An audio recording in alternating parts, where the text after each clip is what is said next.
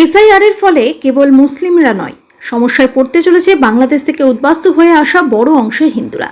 তাদেরকে নতুন করে সিএএ এর মাধ্যমে নাগরিকত্ব নিতে হবে। সেক্ষেত্রে তারা 2026-এর নির্বাচনে ভোট দিতে পারবে না। এসআইআর এর রিসিভ কপি দিয়ে যাতে হিন্দু সম্প্রদায়ের মানুষ ভোট দিতে পারে সেই ব্যবস্থা করতে হবে নির্বাচন কমিশনকে। এই দাবি নিয়ে মালদা জেলা শাসকের দপ্তরে স্মারকলিপি জমা দিল হিন্দু কমিউনিটি ট্রাস্ট।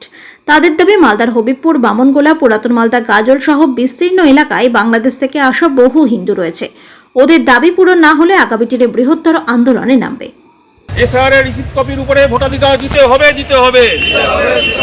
এসআর এর রিসিভ কপির উপরে বাঙালি হিন্দুদের ভোটাধিকার দিতে হবে। আদিবাসী রাজবংশীদের নাম বাতিলের চক্রান্ত মানছি না, মানব না। বাঙালি হিন্দুদের 2026-এ ভোটাধিকার দিতে হবে।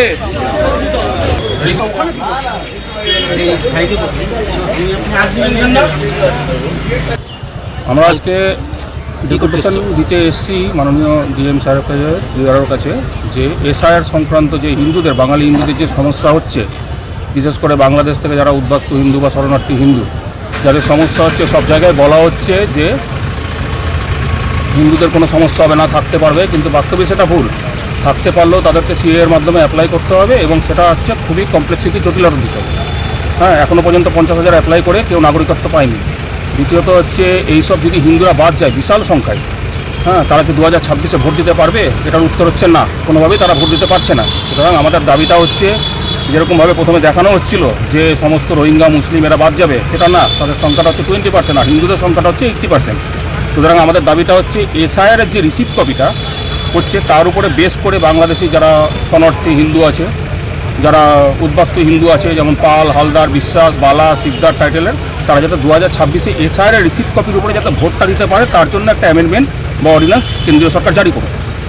যদি এরা ভোট না দিতে পারে 2026-এ, তাহলে তো এক প্রকার মমতা ব্যানার্জিকে ওয়ান সাইড ওয়াক ওভার দিয়ে দিল কেন্দ্রীয় সরকার, যে আমি কেন্দ্রে আছি, তুমি বাংলাটা সামলাও। ঠিক আছে, এই জিনিসটা আমরা মানবো না। না, নাম কাটা যাবে না, সেটা 3 বছর 4 বছর যখন মোদির ভোট আসবে তখন তারা ভোটাধিকার পাবে। মানে ওই ক্ষেত্রে মোদি নিজের ব্যবসাটা করে নিল, আর এই ক্ষেত্রে 2026-এ মমতা ব্যানার্জিকে পুরোপুরি বাংলাটা ছেড়ে দাও। মালদাতে হিন্দুর নাম কাটা গেছে, সেটা আপনার যখন ফাইনাল জাজমেন্ট হবে তখন বুঝতে পারবে যে কত হিন্দু বাদ যাচ্ছে।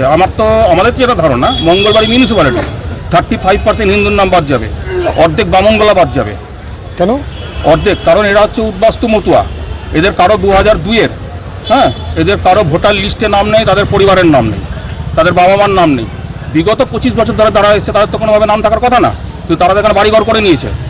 এবার তাদেরকে যদি অ্যাপ্লাই করে তাহলে 2-3 বছর হয়তো প্রসেসে লাগবে, তারা 2026-এ ভোট দিতে পারবে না। আমরা হচ্ছে গোটা মালদা জেলার বিভিন্ন ব্লক, বিশেষত যে ব্লকগুলো আছে, গাজল, হবিবপুর, ওলমালদা মিউনিসিপ্যালিটি, বামনগোলা, যেসব ব্লক আছে সেই সব ব্লকে আমরা এগুলো অবরোধ রাখবো, রাস্তা অবরোধ করব, এবং এই সব ব্লকের, বিশেষ করে ওলমালদা, গাজল, হবিবপুর যারা এমএলএ আছে, যারা এমপি আছে, হ্যাঁ, তাদের বাড়িঘর আমরা ঘেরাও করব।